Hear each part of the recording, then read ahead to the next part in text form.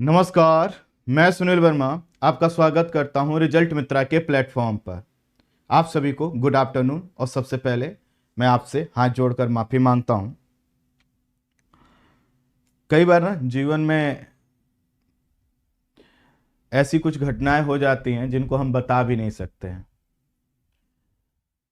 और वो अपने हाथ में होती भी नहीं है कि हम उसको तुरंत सॉल्व कर लें। पिछले 1 घंटे से मैं आपके बीच में, मुझे बार बार लग रहा था कि मैं लाइव आ चुका हूं, लाइव आ चुका हूं, लेकिन खैर, आप सबसे हाथ जोड़कर माफी मांगता हूं। आप में से बहुत से लोग पहले से जुड़े हुए थे, हम परेशान हो रहे थे, हमें इसका बिल्कुल भी चिंता नहीं थी। चिंता आपकी थी, क्योंकि कई बार हम कितना भी प्रयास कर लें सामने वाला समझ नहीं पाता है। खैर, अब हम लोग लाइव आ चुके हैं, तो प्लीज मुझे बता दीजिए कि आप मुझे सुन भी पा रहे हैं कि नहीं।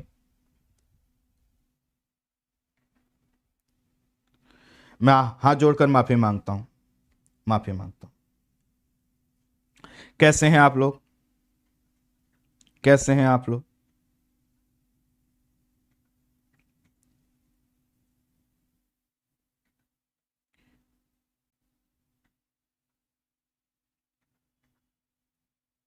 स्टार्ट किया जाए।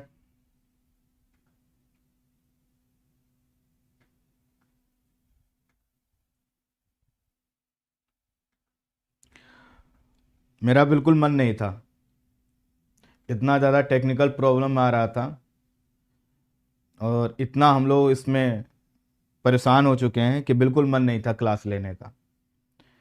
लेकिन फिर ये हुआ कि अगर हमने क्लास रोकी तो फिर हम बच्चों से क्या बोलेंगे, और क्या बच्चे इस प्रॉब्लम को समझ पाएंगे कि ऐसी भी कोई चीज़ होती होगी कि क्लास की लिंक काम ना करे, उसकी की काम ना करे, मुझे कुछ सिस्टम पर, कुछ आईडी पर लाइव दिखाए, बाकी जगह पर लाइव दिखे ही ना।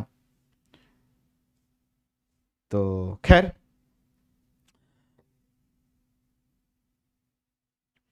आप सभी का आप सभी का स्वागत है, आप सभी का स्वागत है। कैसे हैं आप लोग? कैसे हैं आप लोग?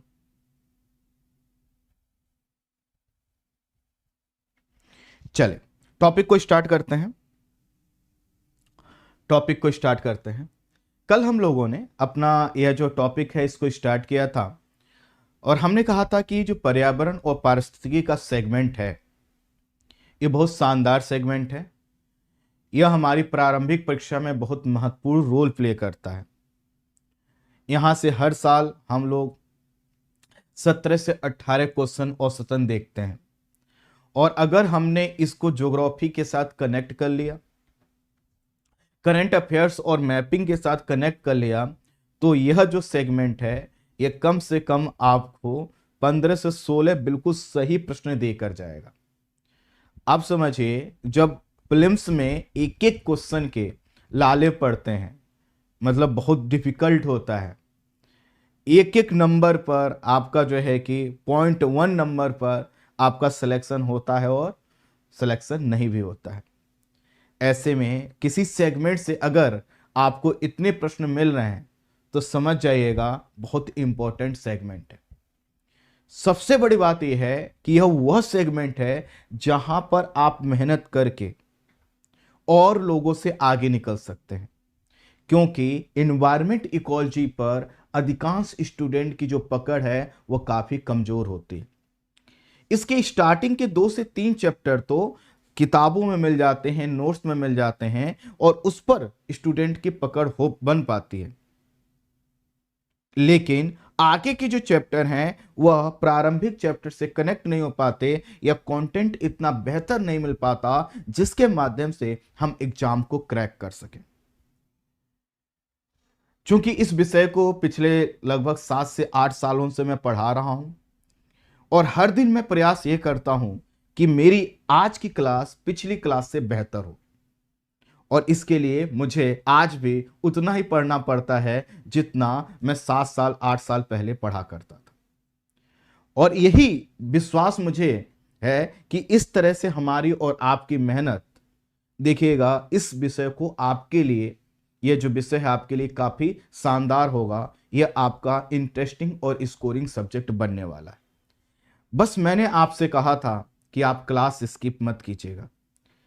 अब आपने तो क्लास स्किप नहीं किया, आप तो समय से आ गए थे, और इसीलिए मैंने सबसे पहले आते ही आपसे माफ़ी मांगा। फिर से मैं आपसे माफ़ी मांगता हूं और मैं टॉपिक को स्टार्ट करने जा रहा हूं, क्योंकि ऑलरेडी हम लोग डिले कर चुके हैं, लेट हो चुका है। ठीक, चल। तो जो हम लोगों ने कल डिस्कस किया था उसको हम 1 मिनट में रिवाइज कर लेते हैं, ताकि आज की क्लास को हम उससे कनेक्ट कर सकें।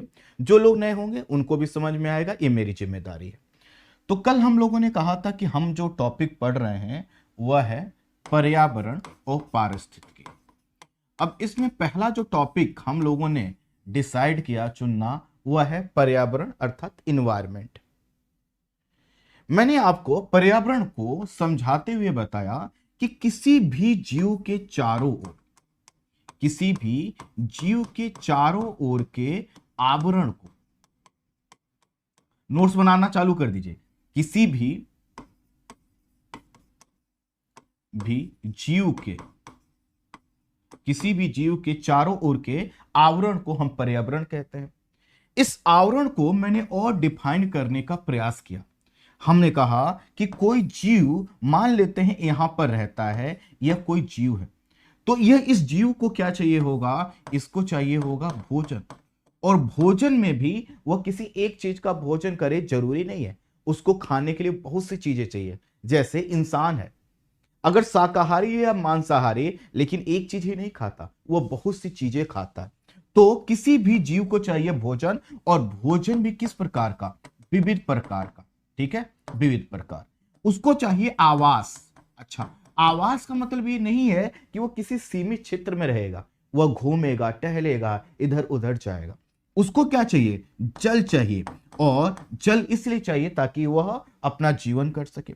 इसके अलावा उसको कुछ लोगों का या कुछ वहां पर अन्य चीजों का साथ चाहिए। जैसे उसको सूर्य का प्रकाश चाहिए, उसको सूर्य का प्रकाश चाहिए, उसको पोषक तत्व चाहिए, उसको पोषक तत्व चाहिए, उसको बहुत सी अन्य चीजें चाहिए जिसके माध्यम से वह अपना विकास कर सके।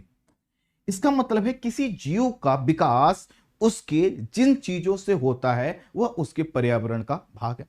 जैसे मैं कहूं इस क्लास का पर्यावरण पिछले 2 घंटे से बहुत ज्यादा खराब था, और इसी की वजह से ये क्लास आप तक नहीं पहुंच पा रही थी। कुछ चीजें हमारा साथ नहीं दे रही थी, जिसकी वजह से क्लास रुक रही थी। अब हमने इस एनवायरनमेंट को सही करने का प्रयास किया है। कितना सही हुआ हमें नहीं पता, लेकिन जितना सही हुआ उसके माध्यम से आप तक कंटेंट पहुंच पा रहा है।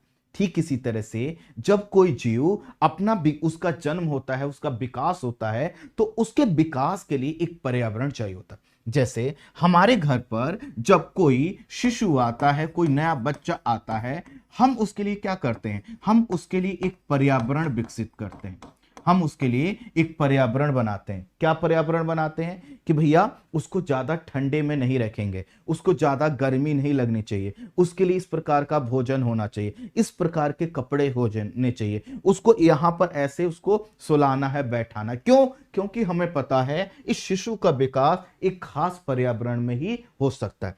ठीक इसी तरह से अगर हम कोई भी व्यक्ति हो तो वह चाहे कोई भी कार्य करे, जैसे अगर आप स्टडी करते हैं तो आपका एक स्टडी का एनवायरनमेंट होगा, आपका एक पास टेबल होगा, आप वहां पर बैठकर पढ़ते होंगे, आपके पास कुछ किताबें होंगी, मेरे जैसे कुछ एजुकेटर होंगे, आपके पास में कुछ फ्रेंड सर्किल हो सकती है, माता पिता का सपोर्ट भी हो सकता है, और ये भी हो सकता है कि सपोर्ट ना हो, बहुत सी चीजें। तो स्टडी का एनवायरनमेंट हो सकता है, इसी तरह से वर्क का एनवायरनमेंट हो सकता है। जैसे आप कहते हैं ऑफिस जाना है, ऑफिस क्यों जाना है, ताकि काम की दशाएं आपको बेहतर मिल सके।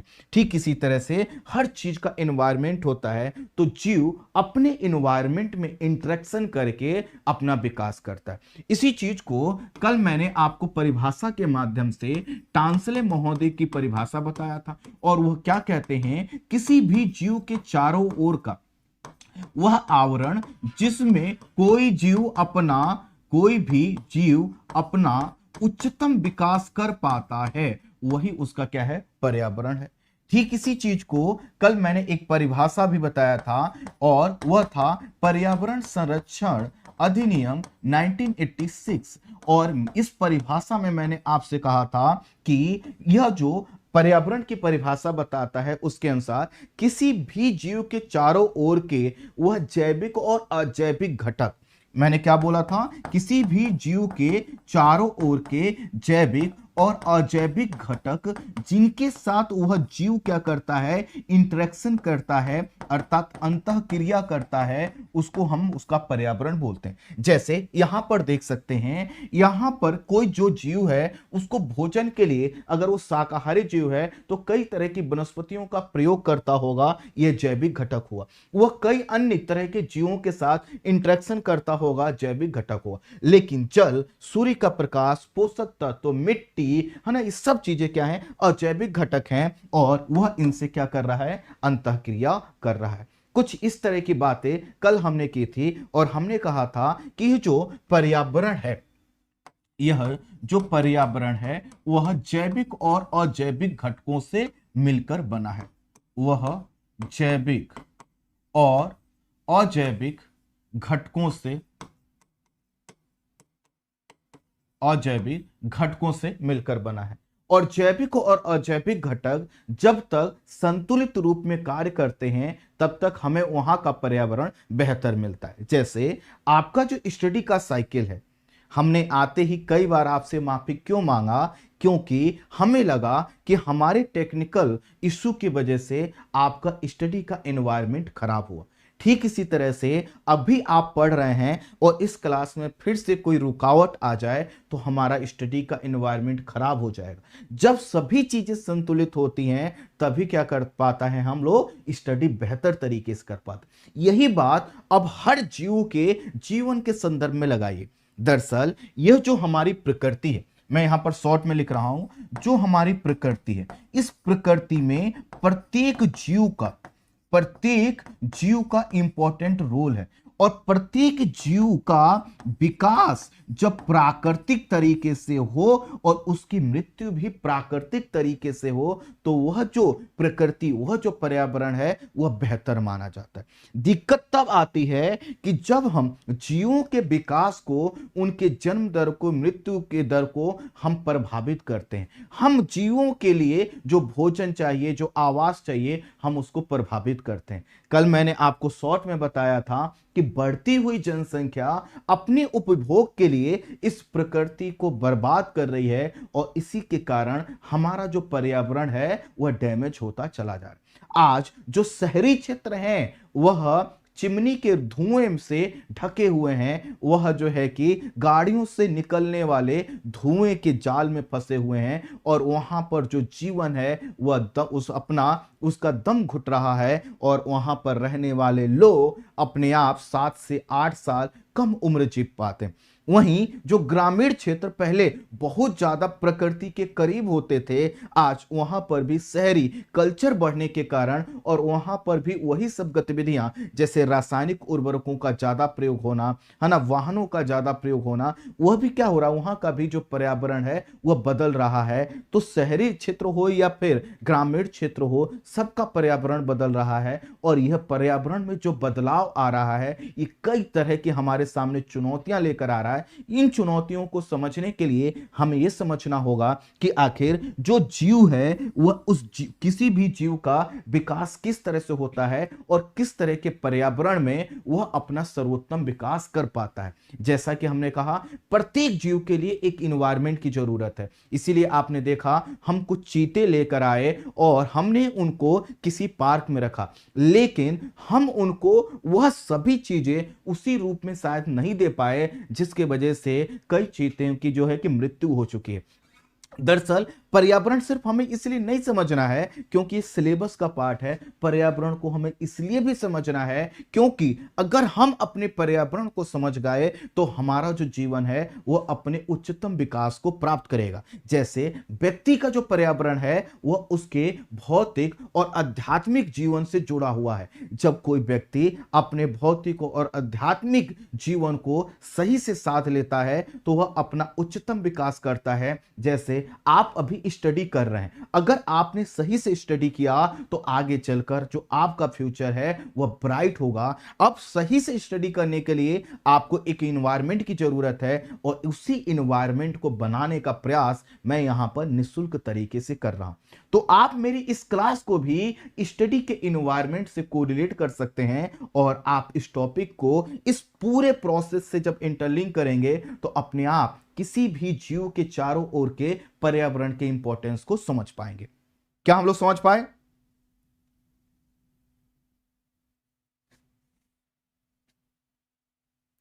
क्या हम लोग समझ पाए? अब देखो, अब हमने कहा कि जैविक और अजैविक घटक। अब मैं जो कंटेंट देने जा रहा हूं, मैं बार बार, कल भी मैंने पहली क्लास में बोला था, आज भी मैं बोल रहा हूं।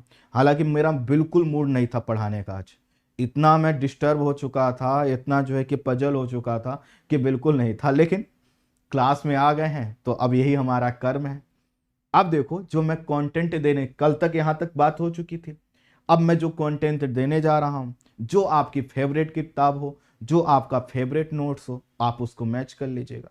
आधा कंटेंट भी मिले तो कह दीजिएगा हाँ गुरुजी आधा भी कंटेंट मिला है, नहीं मिलेगा गारंटी है। क्यों गारंटी है? यह प्लेटफॉर्म मेहनत के लिए बनाया गया है, यह बकवास करने का और झूठ मूठ के सपने दिखाने का प्लेटफॉर्म नहीं है। हम सिर्फ अपना काम करते हैं, सपने तो आप अपने आप देखते चलेंगे, सपने तो आपके अपने आप बड़े होते चलेंगे जब हमारे कंटेंट में दम होगा। इसलिए 2 लाख हो या 3 लाख पैसे अपने पास रखिए, किसी को देने की जरूरत नहीं है, उसको माता पिता पर, अपने ऊपर खर्च कीजिए। क्योंकि जब आप अपने ऊपर और अपने माता पिता के पास उन पैसों को खर्च करेंगे तो आपका स्टडी का एनवायरनमेंट और बेहतर होने वाला है। कैसे होगा चलो मैं बताता हूं, ठीक है? लो क्या बताते हैं, सब गायब। ये है टेक्निकल प्रॉब्लम, देख रहे हो बच्चों? कोई बात नहीं है ना, फिर से करेंगे हम, तेजी से लिख लूंगा। पर्यावरण, तो हमने कहा जो पर्यावरण का जैविक पर्यावरण बनता है, किसी भी जीव का जो पर्यावरण है वह जैविक घटक और अजैविक घटक से मिलकर बनता है। अभी तक हमने इसको मोटे तौर पर देखा है, अब हम इसको थोड़ा सा सूक्ष्म तरीके से देखने और समझने का प्रयास करते हैं। अब जो जैविक घटक होगा, जैविक घटक का मतलब यह है कि जिसमें जीवन है। जीवन है, जीवन किस में है? जीवन पादप में है, प्लांट में है, और जीवन जो है जंतु में है। अब हमारा डिस्कशन यहां से स्टार्ट हो रहा है, मतलब कल वाली चीजों को कोरिलेट करके यहां से समझने का प्रयास कीजिए। ये जो पादप होते हैं, जिनको हम कह रहे हैं जैविक घटक, इनको हम जैविक घटक क्यों कहते हैं? क्योंकि जीवन है। और जीवन है ये कैसे पता चलता है? यह अपना भोजन बनाते हैं। ये क्या करते हैं? अपना भोजन बनाते हैं। और भोजन बनाने के लिए ये जिस प्रक्रिया का प्रयोग करते हैं उसको हम बोलते हैं प्रकाश संश्लेषण। प्रकाश संश्लेषण जितना नोट करवाते चल रहा हूं करते चलिए, अभी देखिएगा आप शॉक्ड होंगे कि हाँ, इस प्रकार से भी तो चीजों को हम कोरिलेट करके बेहतर तरीके से हम जो है कि अपने कंटेंट के लेवल को बढ़ा सकते हैं। तो हमने कहा ये क्या करते हैं? भोजन बनाते हैं और इसके लिए ये प्रकाश संश्लेषण करते हैं। अब यहीं से शुरू हो जाओ। हमने कहा ये भी प्लांट भी तो एक जीव है। किसी जीव के चारों ओर के एनवायरनमेंट को, किसी जीव के चारों ओर के आवरण को, या किसी जीव के चारों ओर की कंडीशन को हम बोलते हैं पर्यावरण। अब समझना, यहां पर यह एक पौधा है और यह जो पौधा है ये प्रकाश संश्लेषण करके भोजन बना रहा है, ठीक है? अब समझिएगा, तो प्रकाश संश्लेषण करने के लिए क्या चाहिए उसको? उसको चाहिए सूर्य का प्रकाश। सूर्य का प्रकाश, अब समझिएगा, इसको सूर्य का जो प्रकाश चाहिए, क्या उसमें जीवन है? नहीं, उसमें जीवन नहीं है, वो जीवन प्राप्त करेगा, ठीक है? इसको क्या चाहिए? इसको चाहिए जल, ठीक है? और जल में जीवन नहीं है, इसको चाहिए पोषक तत्व। अब कुछ लोग कहेंगे जल में जीवन नहीं है, मछली जल में रहती है। अरे मछली में जीवन है, जल में जीवन नहीं है। समझ रहे हो, दोनों अलग अलग चीजें हैं। कल जो है एक भैया थे, तो हमारी टीम ने जो है कि कमेंट दिखाया हमको, उन्होंने इतना अतार्किक बात किया था।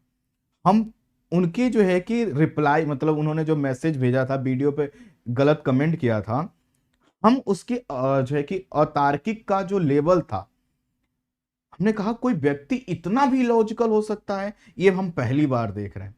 तो वही चीज है ना, हमने कहा जल में जीवन नहीं है, पोषक तत्व, पोषक तत्वों में स्वयं जीवन नहीं है, पोषक तत्व जीवन प्रदान करते हैं। ठीक, इसको चाहिए, पौधे को चाहिए मिट्टी, चाहिए मिट्टी चाहिए, इतनी कम से कम चीजें चाहिए, तो क्या होगा, यह अपना विकास करेगा। अब ये बताइए, यह जो पौधा है ये खुद एक जीव है और यह क्या करेगा, अब देखिए अपना रोल प्ले करेगा। कितना इंपॉर्टेंट रोल प्ले करेगा, यहीं पर हम समझ पाएंगे। तो इसको भी अपना जीवन के विकास के लिए कुछ अजैविक घटकों की जरूरत पड़ी। अब देखिए यह जैविक घटक है, और जैविक घटक होने का मतलब है यह क्या करेगा, अपना भोजन बनाएगा। भोजन बनाकर क्या करेगा, यह दरअसल अपना विकास करेगा, अपना विकास करेगा।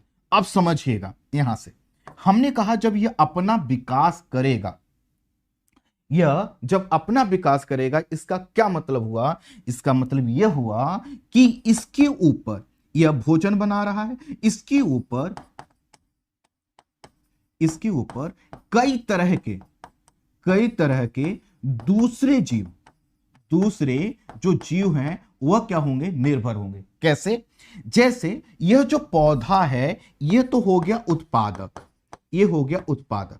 अब इस उत्पादक को, अर्थात जो पौधा है, चाहे ये पौधा आप जो है कि एक घास के तिनके के रूप में ले लीजिए, एक वृक्ष के रूप में ले लीजिए, यह उत्पादक है, और इस उत्पादक को क्या करेगा, कोई शाकाहारी जीव खाएगा।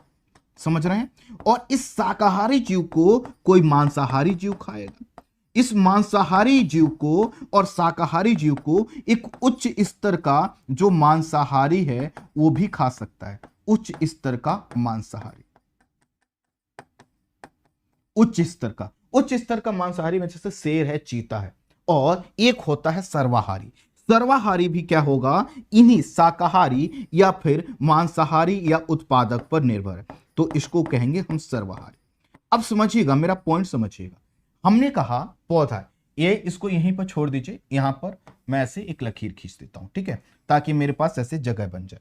हमने कहा कि जो पौधे होते हैं, जहां पर पौधे ज्यादा होंगे, समझिएगा, पौधे जहां पर ज्यादा होंगे वहां पर क्या होगा, उत्पादन का जो कार्य है वह ज्यादा होगा, और उत्पादन जितना ज्यादा होगा, यह अपने ऊपर निर्भर जीवों की संख्या को उसी के अनुपात में क्या होंगे, बढ़ाएंगे। जैसे अगर कोई एक घास का मैदान है तो उस पर निर्भर जीवों की संख्या 10, 20, 50, 100 हो सकती है, लेकिन कोई घना जंगल है, विशाल जंगल है, तो उस पर निर्भर जीव, चाहे शाकाहारी जीव हो या मांसाहारी जीव, जहां पर शाकाहारियों के लिए भोजन ज्यादा, तो शाकाहारियों के लिए भोजन क्या होगा, प्लांट्स के रूप में, तो प्लांट्स की संख्या ज्यादा तो शाकाहारी जीव की संख्या ज्यादा, और शाकाहारी जीव की संख्या ज्यादा तो मांसाहारी जीवों की संख्या ज्यादा, और जहां पर मांसाहारी और शाकाहारी जीव ज्यादा हैं वहां पर उच्च स्तर के जो मांसाहारी जीव हैं या जो सर्वाहारी हैं उनके लिए क्या हो जाता है, जीवन उपलब्ध होता है।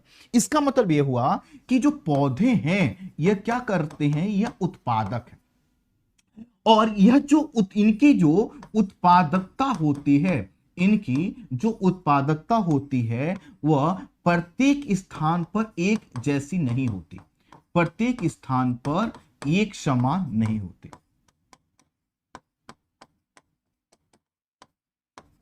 प्रत्येक स्थान पर एक समान नहीं होती। इसका क्या मतलब हुआ, आप देखिए, क्या राजस्थान में पौधों का विकास उतनी ही तेजी से होगा जितना तेजी से केरल में होता है? नहीं। असम में, केरल में जहां पर ज्यादा वर्षा होती है, जल की उपलब्धता जहां पर ज्यादा है, जहां पर मिट्टी में पोषक तत्व ज्यादा है, वहां के पौधों की उत्पादकता क्या होती है? ज्यादा होती है। वहीं राजस्थान में चूंकि पौधे के विकास के लिए जो चीजें चाहिए वह कम उपलब्ध होती हैं, तो वहां के पौधों की उत्पादकता क्या होगी? कम होगी। अब समझिए, हमने कहा कि कोई क्षेत्र है, कोई क्षेत्र है, अब उस क्षेत्र में कितना जीवन होगा, जीवन कितना होगा और जीवन किस प्रकार का होगा, किस प्रकार का होगा, यह इस पर निर्भर करता है कि वहां के उत्पादक कैसे हैं। उत्पादक, उत्पादक का मतलब प्लांट्स कैसे हैं। जैसे अगर मैं ये कहूं कि राजस्थान का मैं एग्जाम्पल ले लूं और एक जो है कि केरल का एग्जाम्पल ले लूं, ठीक है, केरल का एग्जाम्पल, राजस्थान में जो जीवन है वह ज्यादा नहीं होगा, क्योंकि वहां के पेड़ ज्यादा है ही नहीं। जब पेड़ नहीं है तो वह क्या करेंगे? दूसरे जीवों के लिए कम आधार विकसित करें। वहीं केरला में हम देखें तो पेड़ों की संख्या ज्यादा होगी, उस पर निर्भर जीवों की संख्या ज्यादा होगी।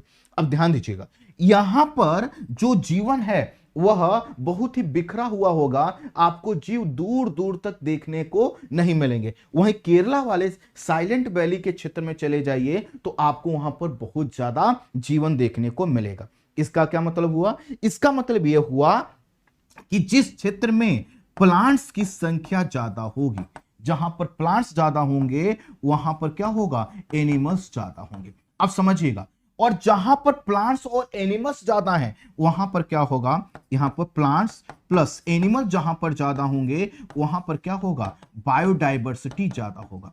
और बायोडाइवर्सिटी को हिंदी में बोलते हैं जैव विविधता। तो इसको एक फॉर्मूला बनाइए। अभी देखिए बहुत सी चीजें जुड़ती चली जाएंगी और बहुत आपको शानदार कंटेंट मिलेगा। देखिए मैंने कहा जहां पर प्लांट्स ज्यादा होगा तो उस पर निर्भर एनिमल्स भी क्या होंगे? ज्यादा हो जाएंगे। आप इसको राजस्थान केरला वाले क्षेत्र से, या राजस्थान और जो है कि अंडमान निकोबार से, या फिर गुजरात और लक्षद्वीप से कंपेयर कर लीजिए, या फिर आप जो है कि हरियाणा और जो पूर्वोत्तर का कोई राज्य ले लीजिए, तो वहां पर क्या होगा? प्लांट्स ज्यादा होंगे, एनिमल्स ज्यादा होगा। और प्लांट्स और एनिमल्स जहां पर ज्यादा होते हैं उस क्षेत्र को बोलते हैं बायोडायवर्सिटी रिच एरिया। क्लियर यहां तक? अब समझिएगा, अब हमने कहा कि यह जो पौधे हैं, यह जो पौधे हैं ये कर क्या रहे हैं? यह उत्पादन कार्य कर रहे हैं, यह उत्पादन कार्य कर रहे हैं। और उत्पादन कार्य का मतलब क्या है? कि यह किसी पर निर्भर नहीं है, यह किसी पर निर्भर नहीं है। अब प्रश्न आएगा, किसी पर निर्भर ना होने का मतलब है कि इनको किसी व्यक्ति से, किसी दूसरे जीव से नहीं चाहिए। ये निर्भर हैं लेकिन किसी जीव पर निर्भर नहीं है, किसी जीव पर निर्भर नहीं है। इनको क्या चाहिए? इनकी जो निर्भरता है वह किस पर देखने को मिलेगी? यह सूर्य के प्रकाश पर, सूर्य के प्रकाश पर, है ना। इनकी निर्भरता मिलेगी आपको जल पर, इनकी निर्भरता मिलेगी मिट्टी पर। मिट्टी जहां पर उपजाऊ, जहां पर पोषक तत्व ज्यादा, वहां पर ये क्या होंगे? ज्यादा। अब समझिए, ये जो उत्पादक हैं इनको हम भले ही उत्पादक कह दें, लेकिन क्या इनकी उत्पादकता, ये जो हमारे पौधे होते हैं, क्या इनकी उत्पादकता, इनकी उत्पादकता एक साथ क्या एक दिन में बढ़ी होगी? क्या इनकी उत्पादकता एक दिन या फिर किसी एक वर्ष में बढ़ेगी? क्या एक वर्ष में बढ़ी होगी? नहीं।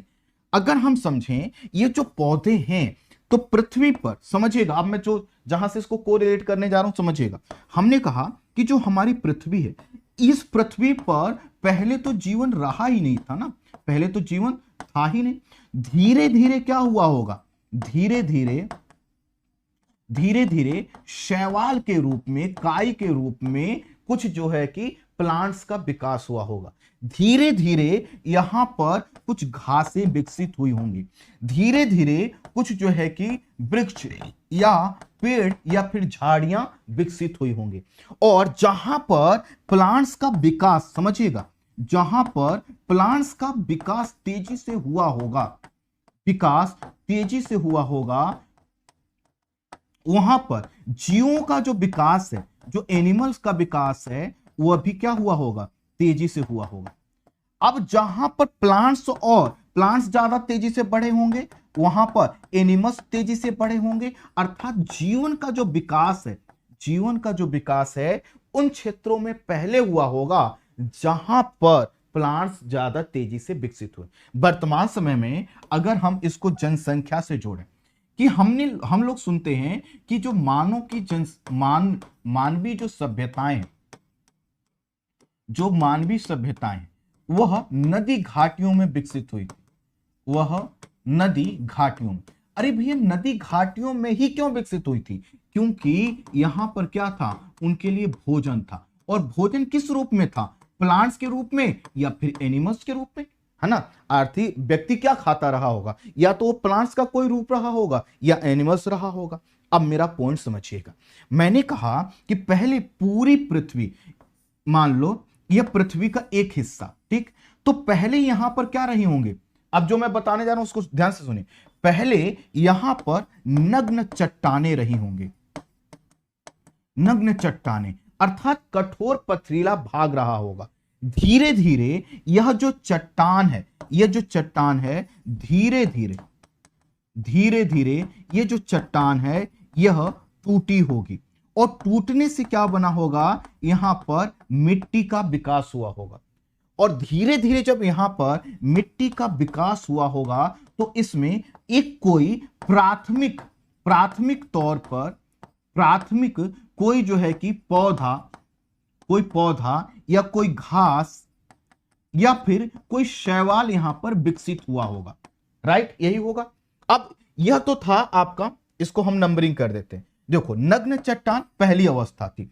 नग्न चट्टान का धीरे धीरे बारीक कणों में टूटना, जिससे वहां पर किसी शैवाल, किसी घास का, किसी पेड़ का विकास हो जाए, ये दूसरी अवस्था थी।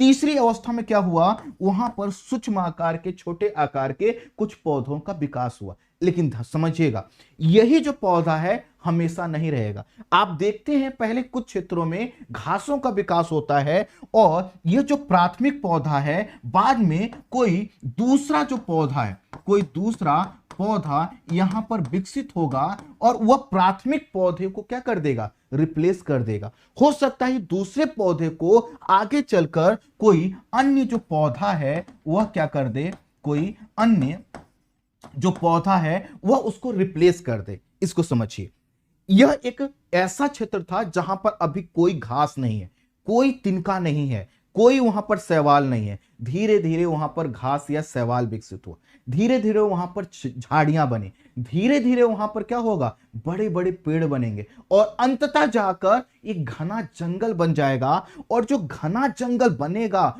उसमें कुछ वृक्षों की प्राधानता होगी, कुछ वृक्ष जो है वह डोमिनेंट नेचर अपनाएंगे। तो यहां पर हमने जो समझा वह क्या हो रहा है, किसी एक क्षेत्र में पौधों के विकास को बताता है।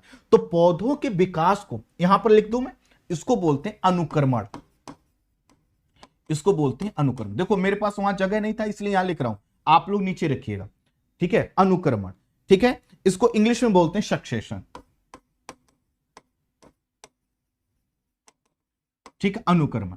तो अनुक्रमण का मतलब क्या है कि जब पौधा अपना क्रम बदले, या क्रम बदलने का मतलब है कि जब किसी क्षेत्र में पहले जहां पर कुछ भी नहीं था वहां पर पौधों का जो स्वरूप है समय के साथ बदलता जाए। समझिएगा, समय के साथ यहां पर पौधों का स्वरूप क्यों बदल रहा है, क्योंकि अलग अलग पौधे के लिए अलग अलग पौधे के लिए या फिर वृक्ष के लिए अलग अलग पर्यावरण चाहिए था। और जैसे जैसे पर्यावरण बदलेगा उसी के हिसाब से यहां पर प्लांट्स का विकास होगा। समझिए, पहले प्राथमिक शैवाल या घास का विकास किस पर्यावरण में हुआ, एक चट्टान वाले कठोर भाग पर। धीरे धीरे वहां पर मिट्टी की सघनता बढ़ी, मिट्टी की मोटाई बढ़ी, उसमें पोषक तत्व आए, जल आए, तो उसका स्थान किसी दूसरे पौधे के लिए पर्यावरण विकसित हुआ। और अंततः जाकर लास्ट में क्या हुआ, एक घना जंगल बना। तो जंगल बनने का पर्यावरण अलग हो गया, और जो जंगल बन गया है तो वह अलग पर्यावरण है। समझ पाए? तो अनुक्रमण पौधों के विकास की अवस्था को बताता है ना। ये क्या बता रहा है, पौधों के विकास की अवस्था।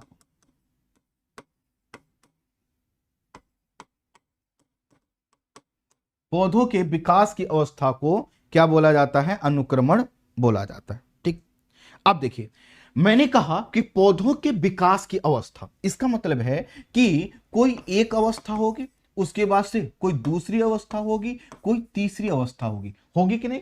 पहले छोटे छोटे घास के मैदान विकसित होंगे, फिर उसके बाद झाड़ियां होंगी, फिर बड़े वृक्ष होंगे, अंततः घने जंगल बनेंगे। तो यह जो विकास की अवस्था है, इसको बोलते हैं शेरे, है ना, इसको बोलते हैं SERE, शेरे। हिंदी में बोलते हैं अनुक्रम, अनुक्रम। तो अगर आपसे कोई पूछ ले यह अनुक्रम क्या होता है, तो बताइएगा, किसी भी किसी भी पर्यावरण के विकास में या किसी भी क्षेत्र में जो पर्यावरण विकसित होता है, उस पर्यावरण में सबसे ज्यादा इंपॉर्टेंट रोल किसका होता है? प्लांट्स का होता है। अब प्लांट्स का जो विकास होता है वो धीरे धीरे कुछ चरणों में होता है, तो उसी को बोलते हैं जो है कि अनुक्रमक। ठीक है, इसी को बोलते हैं कर्मक या शेरे। ठीक है, इसको बोलते हैं कर्मक। एक सेकंड नीचे, इसको बोलते हैं कर्मक, अर्थात एक क्रम से होना, कर्मक।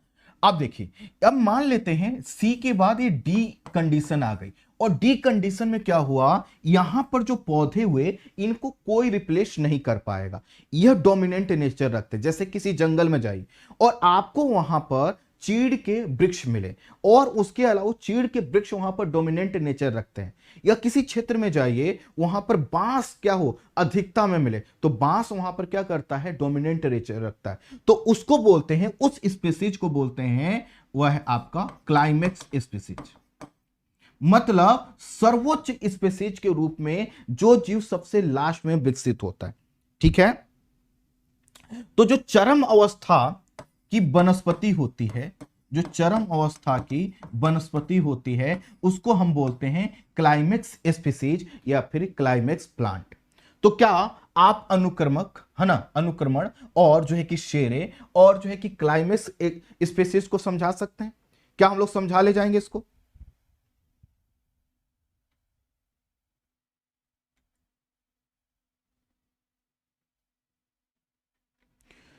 सर जी, भूगोल की क्लास अन्य कोचिंग क्लास में लिखवा रहे हैं।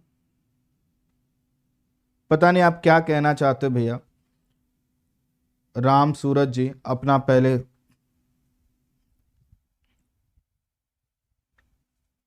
क्लियर है यहां पर?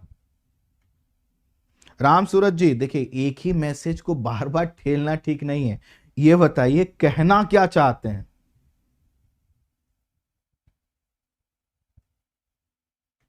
ठीक है, तो अब समझिए, हमने कहा कि अनुक्रमण क्या है। मान लो यह एक ऐसा भूमि, यहां पर ज्वालामुखी की क्रिया हो जाए, ज्वालामुखी की क्रिया हो जाए, लावा निकलेगा, और जब लावा निकलकर ठंडा हो जाएगा तो कठोर चट्टान बनेगा। अब कठोर चट्टान पर धीरे धीरे जो यहां पर प्लांट्स के विकास की अवस्था हमें अलग अलग समय काल पर मिलेगी। आज चलो यहां पर ज्वालामुखी से चट्टान बना, धीरे धीरे कई वर्षों बाद यहां पर कुछ घास के तिनके बनेंगे, फिर उसके बाद क्या होगा, वहां पर झाड़ियां बनेंगी, फिर आगे चलकर वहां पर बड़े वृक्ष, और अंततः जाकर जंगल बनेगा। तो जो पौधों का विकास हो रहा है, इसी को बोलते हैं अनुक्रमण, सक्सेशन। अब जो सक्सेशन हुआ वह कई अवस्थाओं में हुआ, इसको बोलते हैं शेरे या फिर क्रमक। और जो सबसे अंत में जो स्पेसीज डोमिनेंट नेचर रखेगी प्लांट्स की, उसको बोलेंगे वह क्लाइमेक्स जो है कि प्लांट है, या प्लांट की क्लाइमेक्स स्पेसीज है। क्लियर? अब क्लियर? यहां तक क्लियर?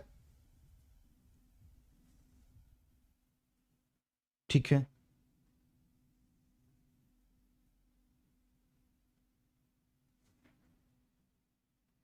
ठीक है, अब यहां पर आइए। अब हमने कहा कि हमने पौधों को समझा, है ना, हमने पौधों को समझा, और हमें यह पता चल गया कि जो पौधे हैं वह अलग अलग कंडीशन में, अलग अलग रूप में वह विकसित होंगे। अब इसी से जुड़े हुए कुछ शब्द आपके लिए काफी इंपॉर्टेंट है। ठीक है, तो अब पौधों के कुछ प्रकारों को समझिए ताकि इसको हम कोरिलेट कर सकें। एक शब्द आपने सुना होगा, हाइड्रोफाइट, हाइड्रोफाइट। ठीक है, हाइड्रोफाइट सुना है। इनको हिंदी में बोलते हैं जलोद्भिद। तो ऐसे पौधे, ये नोट करिएगा, ऐसे पौधे है ना जो जल में विकसित हो, जल वाले क्षेत्र में विकसित हो, जल वाले क्षेत्र में विकसित हो, उनको बोलते हैं हाइड्रोफाइट। ये देखिए, ये सिर्फ मेरा उद्देश्य ये आपको शब्द बताना नहीं है, इसके पीछे कुछ कॉन्सेप्ट है ना, उसको हम कोरिलेट करेंगे। तो पहले नोट तो कर लीजिए, ताकि जब मैं ये शब्द यूज करूं तो आप उससे चीजों को कोरिलेट कर पाए। हाइड्रोफाइट बता लेंगे। अब उसी की तरह मेसोफाइट, दूसरा होता है मेसोफाइट। मेसोफाइट नोट कीजिएगा। अच्छा, इसको जैसे इसको हाइड्रोफाइट, अगर आप इसको ऐसे नहीं लिख पा रहे हैं तो इसको आप देवनागरी लिपि में लिख सकते हैं, हाइड्रोफाइट। हाइड्रोफाइट, ठीक। इसको क्या लिख सकते हैं, मेसोफाइट, है ना, मेसोफाइट। इसका मतलब क्या होता है, जो सामान्य नमी वाला, सामान्य नमी वाले है ना भूमि में या फिर मिट्टी में जो विकसित होते हैं, जो अधिकांश पौधे होते हैं जो हमारे और आपके चारों ओर दिख रहे हैं, वह इसी कैटेगरी में होते हैं, मेसोफाइट, ठीक है। एक होता है जेरोफाइट। जेरोफाइट, जब आप जो है कि राजस्थान के मरुस्थल में जाएंगे, तो जब आप गर्म मरुस्थलीय क्षेत्र में जाते हैं, गर्म मरुस्थलीय क्षेत्र में जाते हैं जहां पर वर्षा कम होती है, तो वहां पर जो वनस्पतियां विकसित होती हैं उनको हम बोलते हैं जीरोफाइट, ठीक है। इसी तरह से एक और शब्द होता है, वह होता है लिथोफाइट। लिथोफाइट, लिथोफाइट का मतलब होता है, समझिएगा, कि जब किसी पत्थर या चट्टान वाले क्षेत्र में पौधों का विकास हो, ठीक। अब ये बताइएगा, जो लिथोफाइट होगा, क्या यह अनुक्रमण की प्राथमिक अवस्था हो सकती है, क्या हो सकती है कि नहीं? देखिए, ऐसे ही जोड़कर पूछेगा, क्या लिथोफाइट जो है कि अनुक्रमण की प्राथमिक अवस्था हो सकती है? तो प्राथमिक अवस्था का मतलब, इसको प्राथमिक अनुक्रमण भी बोलते हैं, जहां पर इसको हम लिख देते हैं प्राथमिक अनुक्रमण। प्राथमिक अनुक्रमण का मतलब है कि जहां पर अभी तक कोई जीवन नहीं था, वहां पर जीवन का जब विकास होगा, तो सबसे पहले कुछ जो है कि शैवाल या छोटी घास की मैदान जो है कि घास के तिनके जो है कि पत्थर वाले क्षेत्र में विकसित होते हैं, तो उनको बोलते हैं लिथोफाइट, जो कि प्राथमिक अनुक्रमण का पहली अवस्था बताता। धीरे धीरे यहां पर क्या होगा, लिथो का मतलब होता है चट्टान, धीरे धीरे चट्टानें टूटेंगी और चट्टानों के टूटने से क्या होगा, यहां पर घासों का विकास के लिए जो आइडियल कंडीशन है वो क्रिएट हो जाएगी, ठीक है, लिथोफाइट। ठीक इसी तरह से हेलोफाइट, है ना, और नोट कीजिए, हेलोफाइट, ठीक। हेलोफाइट, हेलोफाइट का मतलब होता है कि जो नमक वाला दलदली क्षेत्र, दलदली क्षेत्र, ठीक है, नमक वाला जो दलदली क्षेत्र होता है, वहां पर जो वनस्पतियां विकसित होती हैं, यहां पर जो वनस्पति विकसित होगी उसको हम क्या बोलेंगे, हेलोफाइट बोलेंगे। जैसे क्या हम लोग मैंग्रोव को, जो मैंग्रोव है, मैंग्रोव फॉरेस्ट होते हैं, मैंग्रोव फॉरेस्ट अगर आप नहीं जानते तो मैं आगे चलकर आपको बताऊंगा कि डेल्टा वाले क्षेत्रों में जो डेल्टा सुंदरबन जैसे डेल्टा वाला क्षेत्र है, वहां पर जो वनस्पतियां विकसित होती हैं वह मैंग्रोव फॉरेस्ट होती हैं। तो जो सुंदरबन डेल्टा है, आप उसको इससे क्या कर सकते हैं, कनेक्ट कर सकते हैं। ये सब चीजें कनेक्ट होंगी, अभी बता इसलिए रहा हूं क्योंकि इन शब्दों का आगे चलकर मैं यूज करने वाला हूं। अगर ये शब्द मैंने यूज नहीं किए तो आपके लिए दिक्कत हो जाएगी, ठीक है, ठीक है। उसके बाद है हेलियोफाइट। हेलियोफाइट, हेलियोफाइट, हेलियोफाइट का मतलब होता है जो सूर्य के तीव्र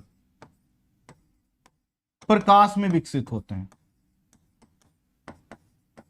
सूर्य के तीव्र प्रकाश में जो पौधे विकसित होते हैं उनको बोलते हैं हेलियोफाइट।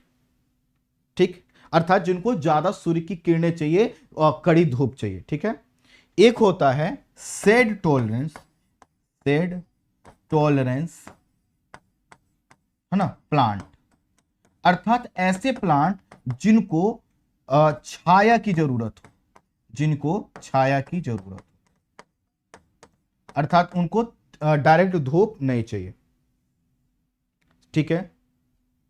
और लास्ट नोट कर लीजिए सैमोफाइट, सैमोफाइट। ठीक है। सैमोफाइट जो रेतीली भूमि पर, जो रेतीले भूमि पर विकसित होने वाले, रेतीली भूमि या फिर कमजोर भूमि में, कमजोर भूमि में विकसित होने वाली जो वनस्पति हैं उनको बोलते हैं सैमोफाइट। पी यहां पर क्या है, साइलेंट है। अब समझिएगा, ये हमने इसलिए बता दिया क्योंकि ये प्रारंभिक परीक्षा के पॉइंट ऑफ व्यू से इंपॉर्टेंट है, लेकिन हमें इन सभी शब्दों को अभी कोरिलेट करना है। अब देखिए कैसे मैं कोरिलेट करता हूं। ठीक है।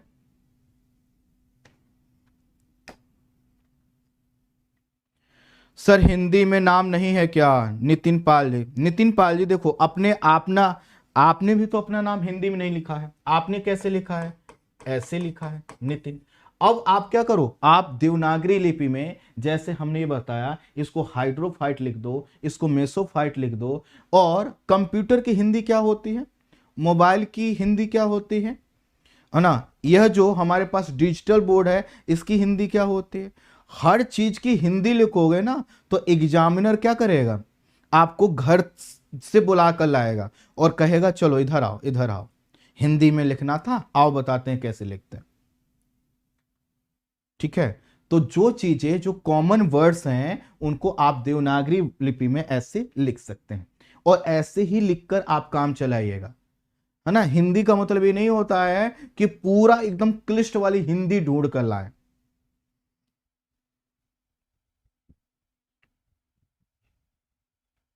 सर डेल्टा क्या होते हैं? मोहम्मद यूनुस, मैं इसीलिए आपसे कहता था यूनिस जी, क्लास में जो है कि थोड़ा सा कंसंट्रेशन के साथ पढ़ो। क्लास में तुम आते हो लेकिन तुम्हें क्या पड़ता है, अगली क्लास में क्या होगा, सर हिस्ट्री कब होगा, सर सुसाइड कब होगा, और आपकी आईडी पुरानी है। जबकि मैं डेल्टा को एक बार नहीं 20 बार बता चुका हूं, 20 बार बता चुका हूं, और क्लास में आप आते भी रहे होगे, लेकिन क्या है ध्यान नहीं रहा। मैं बार बार आपसे कहता हूं क्लास में क्लास स्किप मत करो और कंसंट्रेशन फुल बनाकर रखो, फिर देखो कंटेंट कैसे मिलता है।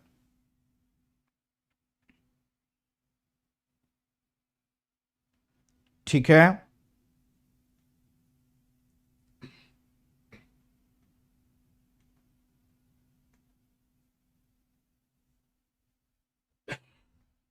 ओके चलिए अब समझिए, अब मेरा पॉइंट समझिए, ये मैंने आपको क्यों बताया। मैंने आपको यह बताया जो पौधे होते हैं यह है उत्पादक, यह उत्पादक है, लेकिन इन उत्पादकों की जो उत्पादकता है, जो उत्पादकता है वह अलग अलग क्षेत्र में, अलग अलग क्षेत्र में, अलग अलग क्षेत्र में क्या होता है, अलग अलग होता है। कैसे? अब देखिए, अब सबको जोड़िएगा। अब मैं क्या करता हूं, इसको यहां पर, यह हमारी पृथ्वी, ठीक, यह रहा मेरा इक्वेटर। अब जितने लोगों ने, मैंने आपसे क्या कहा था, इन्वायरमेंट को ज्योग्राफी से कनेक्ट कर देना, मैपिंग से कनेक्ट कर देना, करंट अफेयर से कनेक्ट कर देना, और अगर तीन चीजों से आपने इसको कनेक्ट कर दिया, साइंस तो है ही है इसमें, तो अगर इन तीन चीजों से आपने कनेक्ट कर दिया तो यह सब्जेक्ट आपके सपने से आपको कनेक्ट कर देगा। मतलब जो आपने सपना देखा था वो साकार हुआ। कैसे? देखो, यहां का जो क्लाइमेट है यह बिल्कुल अलग है, यहां पर बिल्कुल अलग है, तो यहां पर जो पौधे विकसित होंगे इनकी उत्पादकता अलग होगी। अब समझिएगा, यूपीएससी का सबसे टफेस्ट प्रश्न क्या बनेगा कि इक्वेटर वाले क्षेत्र में कौन कौन से पौधे विकसित हो सकते हैं। अब समझिए, क्या मेसोफाइट हो सकता है कि नहीं।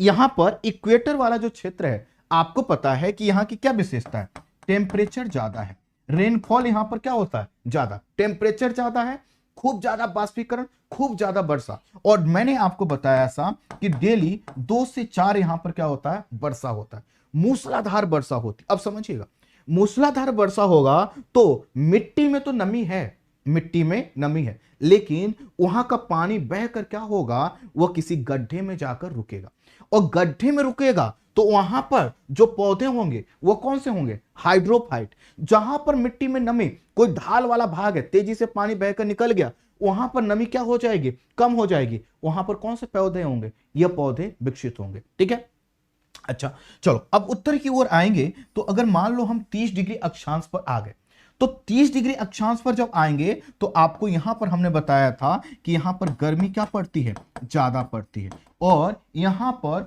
वर्षा क्या होती है, यहां पर वर्षा कम होती है। यहां पर क्या होगा, आपको मरुस्थल देखने को मिलेगा, यहां पर क्या होगा, आपको मिलेगा मरुस्थल। और ये जो मरुस्थल है, यहां पर कौन से पौधे विकसित होंगे, यहां की जो कंडीशन है पौधों के विकास की, वह ऐसी नहीं है, अलग कंडीशन है। तो यहां पर वही पौधे विकसित होंगे जो अधिक धूप में सरवाइव कर सकते हो, जिन्हें जल की कम जल में सरवाइव कर सकते हो। जो यहां पर ऐसे पौधे विकसित होंगे जिनके लिए जल ज्यादा मैटर नहीं करता।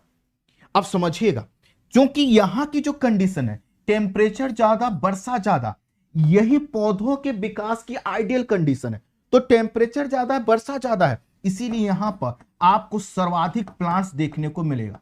तो प्लांट्स की सर्वाधिक डायवर्सिटी आपको कहां मिलेगा, इक्वेटर और उसके आसपास वाले क्षेत्रों में। इंडिया में भी देखोगे तो जब हमारे यहां पर मॉनसून आता है तो टेम्परेचर क्या होता है उस समय ज्यादा, वर्षा क्या होती है ज्यादा, तो प्लांट्स क्या होते हैं ज्यादा, और प्लांट्स ज्यादा होते हैं तो चारों ओर ग्रीनरी, और जब ग्रीनरी ज्यादा होती है तो उस पर निर्भर जीव ज्यादा। ठीक इसी तरह से अब ये वाला क्षेत्र समझिए, यहां पर टेम्परेचर ज्यादा नहीं है, टेम्परेचर ज्यादा लेकिन वर्षा ज्यादा नहीं है, तो यहां पर कौन से पौधे विकसित होंगे, यहां पर आपको जीरोफाइट क्या होगा, ज्यादा देखने को मिलेगा, हेलियोफाइट यहां पर क्या होगा, ज्यादा देखने को मिलेगा। तो अगर आपसे कोई पूछ ले कि भैया क्या इक्वेटर से पोल की ओर जाने पर हमें जो पौधे हैं क्या उन पर कुछ हमें कुछ समझ में आता, तो आप कहिए बिल्कुल। जैसे जैसे इक्वेटर से हम पोल की ओर जाएंगे, यहां पर एक फॉर्मूला बना लीजिएगा, टेम्परेचर क्या होगा, कम होगा, वर्षा की मात्रा क्या होगी, कम होगी, तो प्लांट्स का विकास भी क्या होगा, वह भी कम होगा। और जब प्लांट्स कम है तो वहां पर जो निर्भर जीव हैं, जो एनिमल्स हैं, वो भी क्या होंगे, कम होंगे।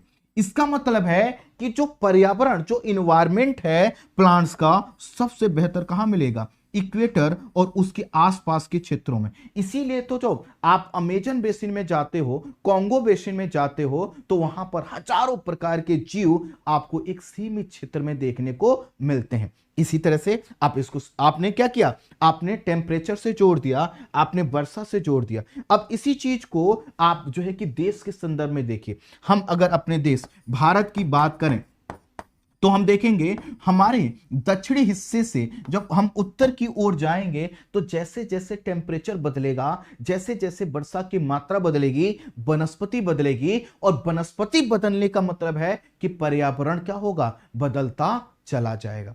क्या हम इस चीज को समझ पाए।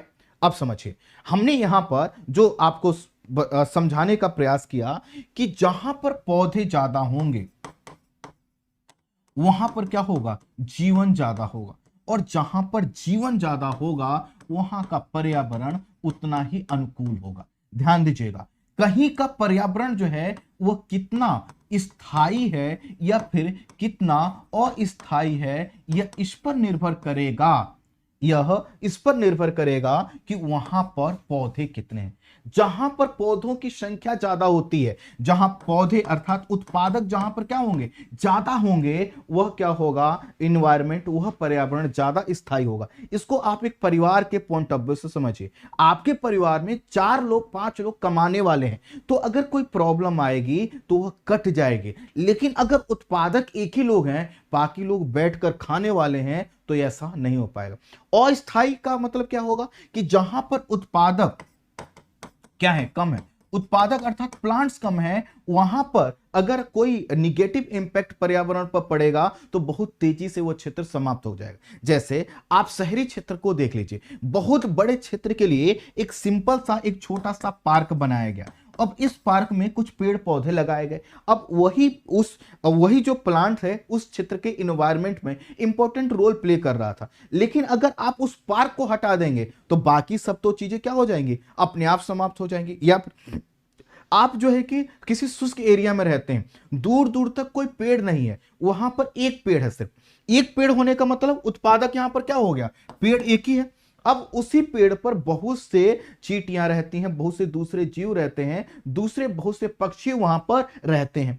लेकिन अगर आप उस पेड़ को काट देंगे, वहां का पर्यावरण क्या हो जाएगा, डैमेज हो जाएगा। और डैमेज क्यों होगा, क्योंकि उत्पादक वहां पर कम था। तो जहां पर आप देखेंगे, आपसे प्रश्न क्या पूछा जाएगा कि इस पूरी पृथ्वी पर पृथ्वी के किस हिस्से में आपके पर्यावरण को लेकर स्थायित्व ज्यादा मिलता है, तो आप समझिएगा कि पर्यावरण के स्थायित्व का मतलब यह है कि कहां पर प्लांट्स ज्यादा है। क्योंकि जैसे हमने अभी एक ही पेड़ था वहां पर, उसको काट दिया तो जितने भी वहां पर जीव थे उनका पर्यावरण बदल गया। लेकिन वहीं पर अगर 1000 पेड़ रहते तो क्या हम एक पेड़ के काटने से चीजें बदलती, नहीं बदलती।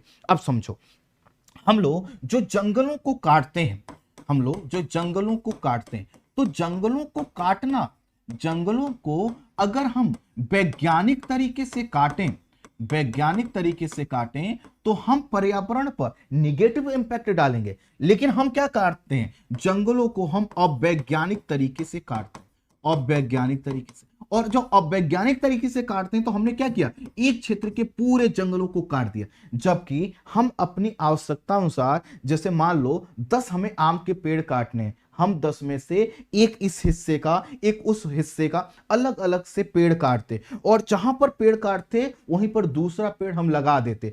उसके बाद हम कोई दूसरा पेड़ काटते और उसको भी लगा देते, तो हमारी आवश्यकताएं पूर्ति होती रहती। लेकिन हम क्या करते हैं, अवैज्ञानिक तरीके से जब हम पेड़ों को काटते हैं तो इससे हमारा पर्यावरण क्या होता है, डैमेज होता है। क्योंकि यही आखिर जब हम पेड़ों को काट रहे हैं तो हमने क्या किया, उत्पादक को समाप्त कर दिया। जैसे परिवार में अगर कोई हमारे परिवार का सदस्य है और वही उत्पादक, वही आर्थिक कार्य कर रहा है और वो हमारे बीच किसी कारण से ना रहे, तो परिवार क्या हो जाएगा, डैमेज हो जाएगा। वही चीज यहां पर बताई जा रही है। क्या हम इस चीज को समझ पाए?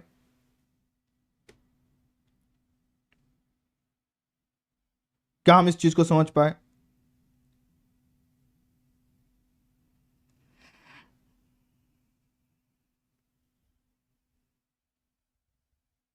सब लोग बताइए।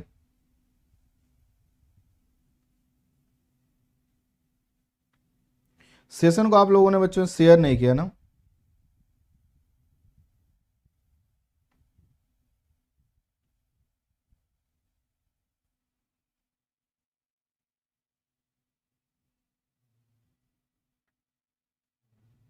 प्लीज बताइए।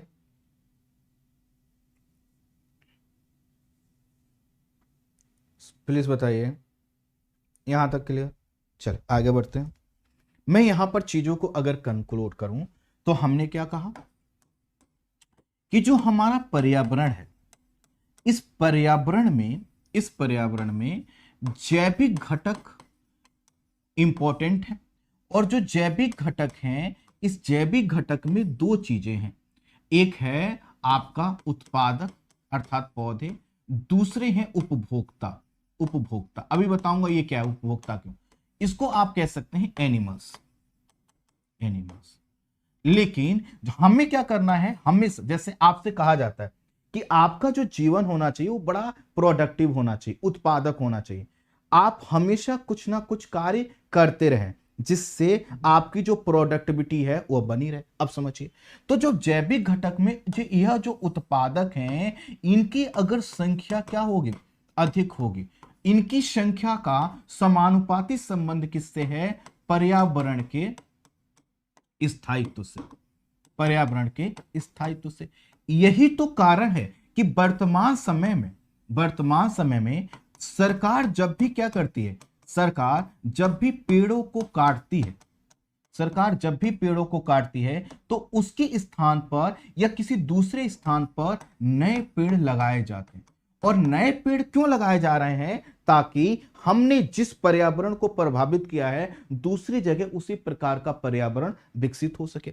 इसी के साथ हम लोग जो प्रयास कर रहे हैं कि भारत के लगभग 33% क्षेत्र पर हमारे पास क्या होना चाहिए? वन क्षेत्र होना चाहिए। यह वन क्षेत्र क्या करेगा? हमारे पर्यावरण को ठीक करेगा। अभी पर्यावरण को कैसे ठीक करेगा इसको समझिए। यह जो पर्यावरण का घटक है यह क्या कर रहा है? ये भोजन दे रहा है। ठीक, यह जो पौधा है यह क्या कर रहा है? भोजन दे रहा है। यह बहुत से जीवों को आवास दे रहा है। पेड़ों पर रहने वाले बहुत से जीवों को आवास दे रहा है। यह क्या कर रहा है? यह जब पेड़ जहां पर ज्यादा होगा वहां पर जल की उपलब्धता को बनाए रखता है, अर्थात इसके जड़ों के माध्यम से जल नीचे की ओर जाता है।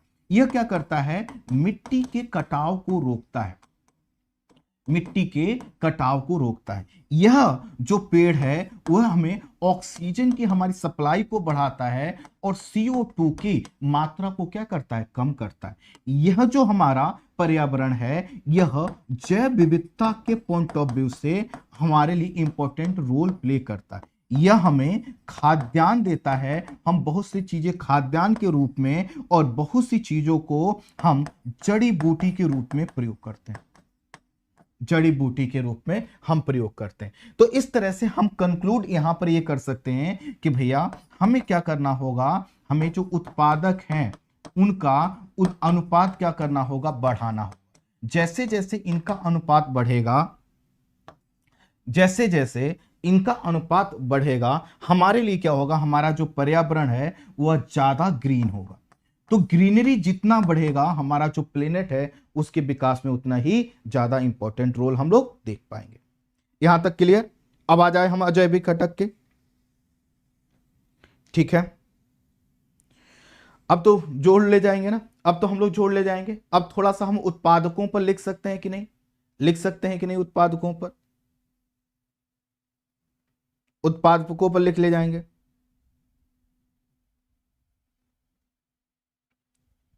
सब लोग बताइए। सेशन को आप लोगों ने बच्चों लाइक नहीं किया ना? लाइक और शेयर नहीं किया आप लोगों।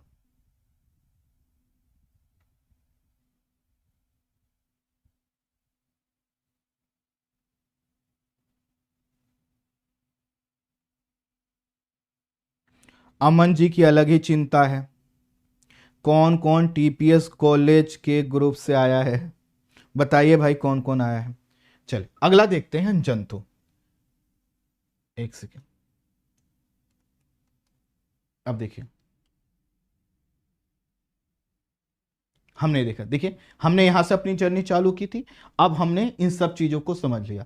अब हम थोड़ा सा समझते हैं कहां पर? यहां पर। अच्छा कुछ चीजें और नोट कर दूं। देखिए इस समय जो विश्व है, हमारा जो विश्व है, इसमें अगर हम देखें तो विश्व में हमारी बढ़ती जनसंख्या, थोड़ा सा हिंट कर दे रहा हूं क्योंकि मुख्य परीक्षा के पॉइंट ऑफ व्यू से इंपॉर्टेंट। बढ़ती जनसंख्या है ना, नगरीकरण, औद्योगिकरण, औद्योगिकरण, परिवहन, संचार के साधन, है ना, ठीक है, हमारी फूड हैबिट। फूड हैबिट मतलब हम क्या भोजन कर रहे हैं। तो आपको पता है हम लोग का जो फूड हैबिट है वह मांसाहार की ओर और पैक्ड फूड की ओर बढ़ रहा है, जिसके वजह से इनको बहुत काफी ज्यादा इनकी क्षति होती है। इन सब कारणों की वजह से जो हमारे उत्पादक हैं, उत्पादक का अनुपात कम हो रहा है और इसी उत्पादक के अनुपात कम होने की वजह से हमारे यहां पर बायोडायवर्सिटी घट रही है। हम लोग जो है कि ग्लोबल वार्मिंग की समस्या और क्लाइमेट चेंज की समस्या का सामना कर रहे हैं। ठीक है, इसको कर लीजिएगा। यहां पर आ जाते हैं। अब हम समझते हैं, जैसे कि हमने कहा जैविक घटक पर हम बात कर रहे थे। जैविक घटक, अब जैविक घटक में हमने पादपों पर बात कर लिया। अब थोड़ा सा हम संक्षेप में जंतुओं पर बात कर लेते हैं। जंतुओं पर बात कर लेते हैं। ठीक, अब जो जंतु हैं ये क्या हैं? ये उपभोक्ता हैं। यह उपभोक्ता है। उपभोक्ता होने का मतलब है यह अपना भोजन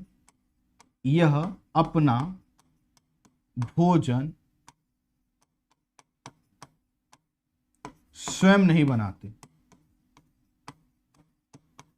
नहीं बनाते, यह क्या है, किसी पर निर्भर है। यह क्या है, निर्भर है। और किस पर निर्भर है, यह निर्भर है पौधों पर।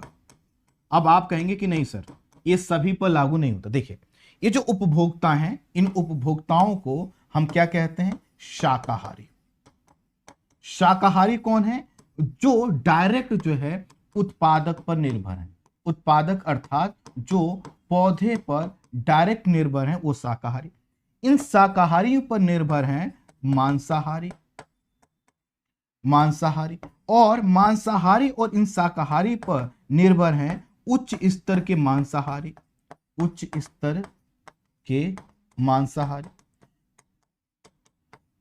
उच्च स्तर के मांसाहारी जैसे शेर है, चीता है ना, आप इनको रख सकते हैं।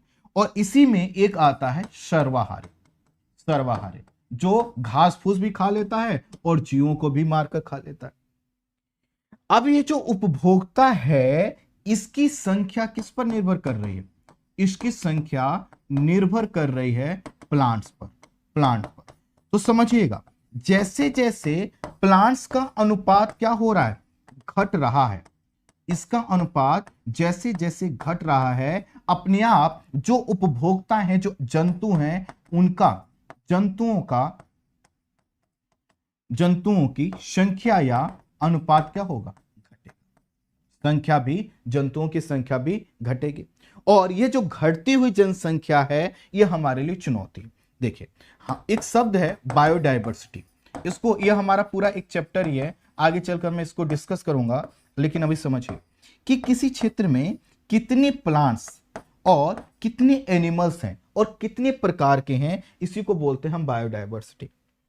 किसी क्षेत्र में क्या होता है, जब प्लांट्स और एनिमल्स कम होते हैं तो उसका प्रभाव पड़ता है बायोडाइवर्सिटी पर। और इसी के कारण, इसी घटती हुई जो बायोडाइवर्सिटी है, यह इंगित करती है कि जो हमारा प्राकृतिक पर्यावरण था, उसको क्षति हो रही है। अर्थात अगर बायोडाइवर्सिटी घट रही है तो समझ जाइएगा हम बहुत से जीवों के पर्यावरण पर प्रतिकूल प्रभाव डाल रहे हैं। इसको समझने के लिए आप अपने चारों ओर, क्या जो स्कूल, खेल का मैदान, कोई भी क्षेत्र जहां पर पहले पेड़ पौधे ज्यादा हुआ करते थे, जहां पर आपको ढेर किस्म के जीव देखने को मिलते थे, उन्हीं में से कुछ क्षेत्रों को अगर आप देखेंगे तो आज वहां पर पड़ती है या कोई दूसरी कोई कंस्ट्रक्शन का काम हो चुका होगा, कुछ बन चुका होगा, तो वहां से जीव क्या हो गए होंगे, समाप्त हो गए होंगे। और जीवों के इसी समाप्ति को रोकने के लिए चंद्रमा पर एक देश है नैरोबी। ठीक है, चंद्रमा पर एक देश है नैरोबी। तो 22 मई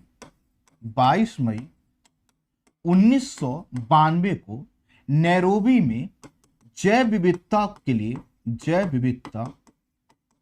को रोकने के लिए एक जो है कि कन्वेंशन हुआ, जिसको जैव विविधता अभिशमन या कन्वेंशन बोलते हैं।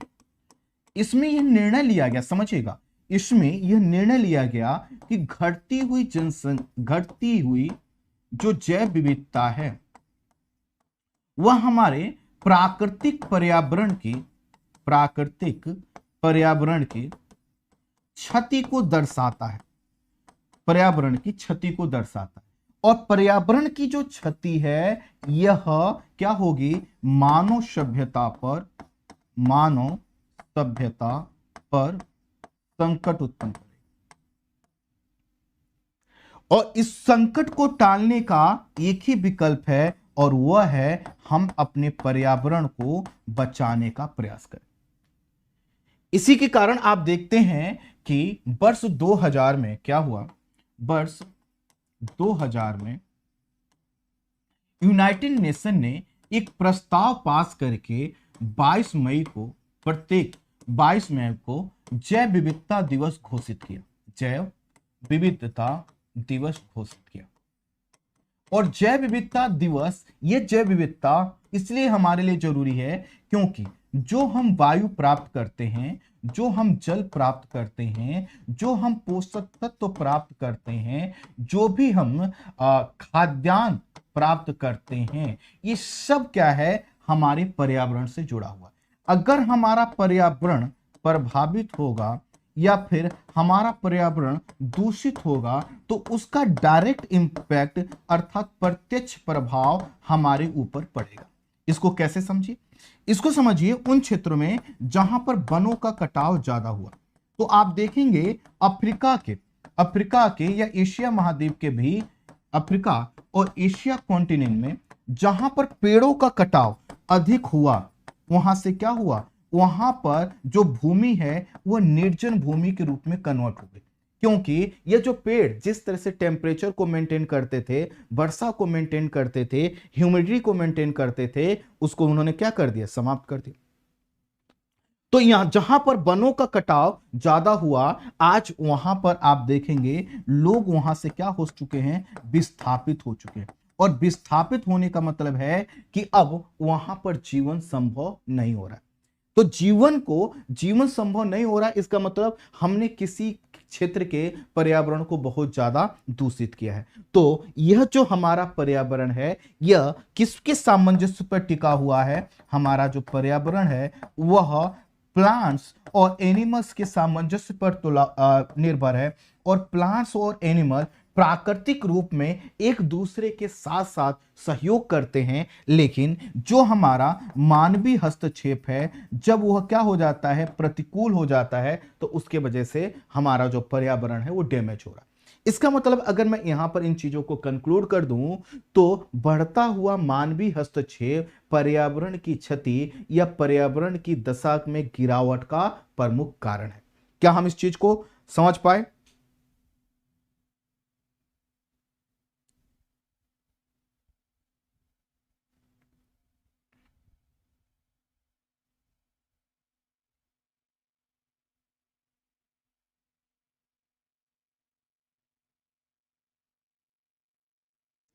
प्लीज बताइए।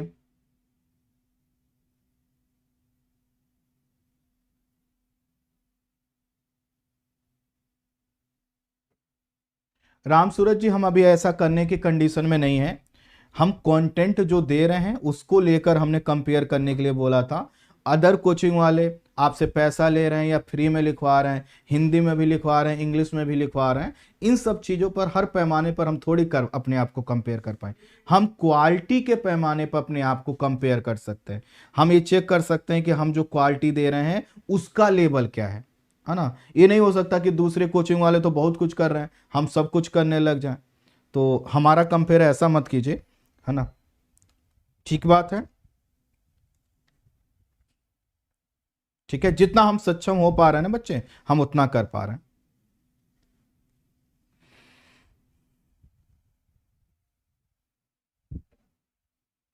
ठीक है।